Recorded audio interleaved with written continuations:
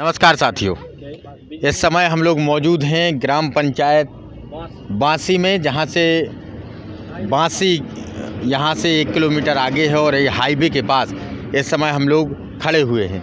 यहां पर कुछ लोग बैठे हैं चाय की दुकान पर। यहां इन लोगों से इनकी राय हम लोग जानने के लिए आए हैं कि आखिर 2022 का जो आने वाला चुनाव है, 20 फरवरी के दिन मतदान होना है, तो इन लोगों की राय क्या कहती है। इससे पहले आप सभी लोगों से निवेदन है, हमारे चैनल RL वार जर्नलिस्ट को आप सभी लोग सब्सक्राइब करें, साथ में बेल आइकन दबा लें, जिससे आगे के कार्यक्रमों की जानकारी आप लोगों को मिल सके। भैया क्या नाम है? बलराम। तो बलराम जी, 2022 का जो आने वाला चुनाव है, इसमें आप लोगों का रुझान किस तरफ होगा? मतलब क्या था?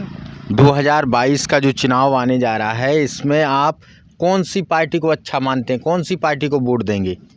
मतलब फूल खोल दे देंगे। तो ऐसा क्यों कि फूल, ऐसा क्यों कि आप भारतीय जनता पार्टी को वोट देना चाहते हैं? विगत 5 वर्षों में आपको ऐसी क्या सुविधाएं रही हैं? मतलब ये खाने को हैं, ये क्या कहते हैं, ये बढ़ रहा है, गेहूँ में हूँ जी मिला रहा है, वहीं से तो मिल रहा है। ऐसा तो अखिलेश शासन भी कहता था, पिछले शासन में हम देते थे और इससे ज़्यादा देते थे, तो फिर इस शासन में ऐसा क्या एक्स्ट्रा बेनिफिट मिला आपको? इस शासन में भी नहीं मिले। बताओ। चलो तो देंगे तो ठीक है। नहीं, आपका रुझान भारतीय जनता पार्टी की तरफ होगा। चलिए, और भी हमारे साथ लोग हैं। दादाजी आगे आ जाए, आगे चलिए, वो बात करने में। क्या नाम है भैया? मेरा नाम है देशराज। तो देशराज जी, 2022 का जो आने वाला चुनाव है, उसमें आपका वोट किस तरफ रहेगा? मेरा वोट तो अभी तो मैंने कोई डिसाइड नहीं किया, लेकिन हाँ, मुझे सबसे अच्छा लगता है साइकिल ही लगेगी मुझे अच्छी। तो ऐसा इसके लिए हम करेंगे। ऐसा क्यों कि आपको साइकिल लगेगी? इसलिए क्योंकि जो भी हमें पहले सुविधाएं मिलती थी, वो सुविधाएं मुझे अब नहीं मिल रही हैं। क्योंकि यहाँ भी हम गए हैं, तो हमें जहाँ काम मिलता था, तो वो काम हमारे घर पे मिलना बंद हो गया। तो काम मिलना बंद हो गया, जिसकी वजह। दूसरी बात ये भी है वजह कि जहाँ भी हम लोग जब शादी वगैरह करते हैं, तो हम लोग अब प्रेम से शादी नहीं कर पाते। हम लोग अपने मेहमान 10-20 मेहमान, 10 ज़्यादा नहीं तो 5 मेहमान इकट्ठा करने में हम लोगों को दिक्कत होती है। और पहले अखिलेश की सरकार में अगर हम लोगों का रात भर भी अगर हम लोगों ने प्रोग्राम किया, तो उसमें हम लोगों के लिए कोई दिक्कत नहीं होती थी। वो तो कोरोना प्रोटोकॉल हैं, जिनकी वजह से नहीं अभी कर पा रहे हैं। और लेकिन सवाल ये पैदा होता है, आप चूँकि मजदूर वर्ग के इंसान होंगे या किसान वर्ग के हैं, ये हमें जानकारी नहीं, लेकिन कुछ भी रहे हो, तो इस दौरान आपको क्या फ़ायदा ऐसी अखिलेश सरकार में दिखी कि आप कह रहे हैं कि अखिलेश यादव आगे रहेंगे या हम उनको वोट देने का प्रयास करेंगे? आपको क्या ऐसी अच्छाइयाँ लगी अखिलेश यादव के शासनकाल में, और भारतीय जनता पार्टी ने ऐसा क्या आपको नहीं दिया कि आपको लगता है कि हम उसको वोट देंगे? सब कुछ मिलता है। हम तो आप इतने पढ़े लिखे हुए भी हैं, फिर भी हमने बहुत कोशिश की, मैं पढ़ाई करने के लिए आगे बढ़ी, लेकिन पढ़ाई कर ही नहीं पा रहे हम। और ना जहाँ भी देखो तो बस पैसे ही पैसे दिख रहा हो, जहाँ कुछ भी देखो तो वहाँ अखिलेश की सरकार में रहता है। तो पहले लैपटॉप दिया हम लोगों के लिए, और पढ़ाई भी की हम लोगों ने, मन से लगता था। और दूसरी बात ये भी है कि हम लोग कहीं पे भी जाते थे, तो कम से कम मैं तो देखो उनकी बिरादरी का नहीं हूँ, लेकिन मैं इतना ही कहूँगा कि अखिलेश भैया जिंदाबाद। चलिए, तो और भी हमारे साथ लोग हैं। क्या नाम है भैया? हमारा बरनन कुशवाहा नाम है। तो कुशवाहा जी, 2022 का जो चुनाव है, इसमें आप कौन सी पार्टी की तरफ चाहते हैं? कौन सी पार्टी आपको आगे की तरफ दिखाई दे रही है? हमें तो अखिलेश दिखाई दे रहा है, कुछ और कुछ नहीं दे रहा है। तो ऐसा क्यों कि अखिलेश यादव आपको आगे दिखाई दे रहे हैं? अखिलेश के टाइम पे हमें रिक्शा मिलती थी, हमको पेंशन आती थी। क्योंकि 1 मिनट, ये विकलांग हैं, जिसकी वजह से ये कह रहे हैं कि रिक्शा मिलते थे।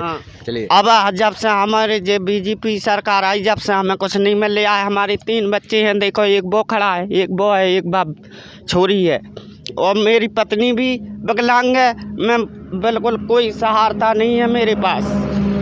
तो बच्चों के लिए सहायता सरकार ने कोई नहीं की? कुछ नहीं की, मैं तो आके अपने भीख मांग के पाल रहा हूँ गुजारा।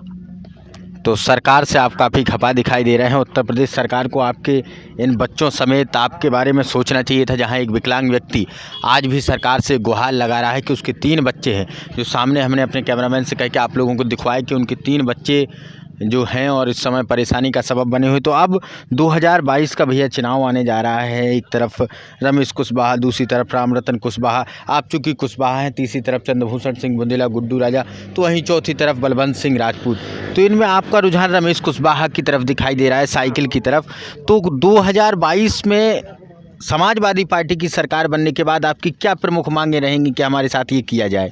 अब हमारे साथ ये किया जाए कैसा, अब हमारा घर बनवाओ जाए, लैट्रिन शौचालय सब होने चाहिए और हमें उपलब्ध होना चाहिए, और पेंशन हर महीने पर मिलना चाहिए। तो पेंशन मिलना चाहिए, आपकी ये मांगे। तो बीते जो 5 साल रही इनमें आपने अपनी मांगों को नहीं उठाया क्या? अरे उठाया, कई बार मैंने झंडा उठाया, कई बार भगा देते हैं और ललकार के भाग दे, कहते हैं जाओ अभी मिल जाएगा, और मिलता कुछ नहीं है हमारे लिए। तो आप इतने दिनों से परेशान हैं, लगातार विधायक जी रहे हैं और आपकी जाति से रहे हैं, तो आप क्या उनके पास नहीं गए एक भी बार? सबके पास मैं गया हूँ, लेकिन ये बोल देते हैं कि मिल जाएगा मिल जाएगा। आप कब मिलेगा? जब मर जाएंगे जब ही मिलेगा क्या?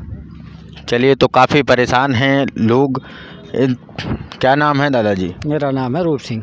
तो रूप सिंह जी, 2022 का जो चुनाव है, 2017 से 22 के मध्य में आपको क्या फ़ायदा रही है, या 22 से पहले 2017 से क्या फ़ायदा थी? फ़ायदा तो नहीं हम कुछ जानते हैं, लेकिन हम लोग साइकिल के साथ रहेंगे और हैं। तो ऐसा क्यों कि समाजवादी पार्टी के वादे जो करते हैं वो पूरे होते हैं, और ये जो है झूठी सरकार। तो ऐसे क्या इन्होंने झूठ कहा समाजवादी पार्टी ने? कितने के 15 लाख रुपए आपके खाते में आए हैं? क्या आए हैं बताइए? किसी भारत में किसी के खाते में आए हैं तो बता देंगे। और इनके सिवाय झूठ के कोई आज तक कोई काम भाव है बताइए आप? कोई झूठ के सिवा कोई काम नहीं हुआ है। सरकार ने, अखिलेश सरकार ने, मुलायम सिंह सरकार ने जो वादे करे, किसानों की सिंचाई माफ़ करी तो आज माफ़ है। किसानों की जो है क्या नाम करके तिहाई लगती थी वो भी ख़त्म कर दी गई है। और खाद बीज में क्या है, यहाँ लाइन लगी रहती थी, आप भी देखते, सब लोग देखते हैं, रोते थे किसान, जूता पड़ते थे और किसानों की कोई नहीं सुनी जाती। पुलिस आती चूतर पर डंडा लग देती। और इन लोगों ने जो जिन्हें 1800 रुपये दे 60 बानियों ने उठा दी, और जिन्हें अगर कि 1 रुपये मान लो 1200 1250 की ना भी लाओ, उसको खाद मिलना ही नहीं है इनकी। लेकिन एक तरफ जहां बात करते हैं, भारतीय जनता पार्टी लगातार आरोप लगाती रही है पूरे 5 साल की गुंडई से। पूरे उत्तर प्रदेश की जनता परेशान थी, गुंडई के खिलाफ आकर के लोगों ने मतदान किया और भारतीय जनता पार्टी की सरकार बनाई। तो गुंडई के बारे में आपका क्या विचार है? भाई ना हमारे ज़िले में गुंडई भैया ना होने हैं, नहीं हमारे ज़िले में कहीं गुंडई नहीं हुई। चलिए, तो दादाजी हमारे साथ हैं। दादाजी क्या नाम है? मेरा नाम तो है भैया रामदास सोनी बासी। तो सोनी जी, 2022 का जो आने वाला चुनाव है, इसमें आपको कौन सी पार्टी हावी होती हुई नज़र आ रही है ललितपुर सदर विधानसभा में? यहाँ तो सिवाय भाजपा के ये बुंदेलखंड के 9 ज़िले हैं, तो 9 ज़िलों में भाजपा ही निकलेगी, इसमें कोई संदेह नहीं, कोई भ्रम नहीं। ठीक है, तो वो निकलेगी। बताओ, वो उनका ना काम किया है। अब ये हर आदमी उस बात को जानता नहीं है, जो कह देता है कि ये नहीं हुआ, ये नहीं हुआ, वो नहीं हुआ, तो वो लेकिन रुकिए आप जो बात करेंगे वो ये दादाजी, जिस तरीके की व्यवस्थाएं हैं अभी सरकार में, आप उनसे पूर्णतः संतुष्ट हैं। लेकिन जब हम कई गाँव में जाते हैं तो लोगों का ये आरोप रहता है कि केवल राम मंदिर बनवाया या 370 हटाया, ऊंचे ऊंचे वादे किए, हमारे ग्रामीण अंचलों में कुछ कार्य नहीं हुए हैं, ये लोगों की एक शिकायत रहती है।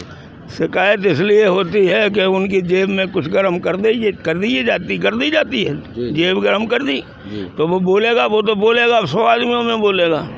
लेकिन वस्तु स्थिति जो है, जो वास्तव में स्थिति है आज की, ठीक है, ऐसी स्थिति आज तक हम बचपन से देख रहे हैं। 87 वर्ष की उम्र हो गई हमारे सामने ही स्वतंत्र हुआ है भारतवर्ष।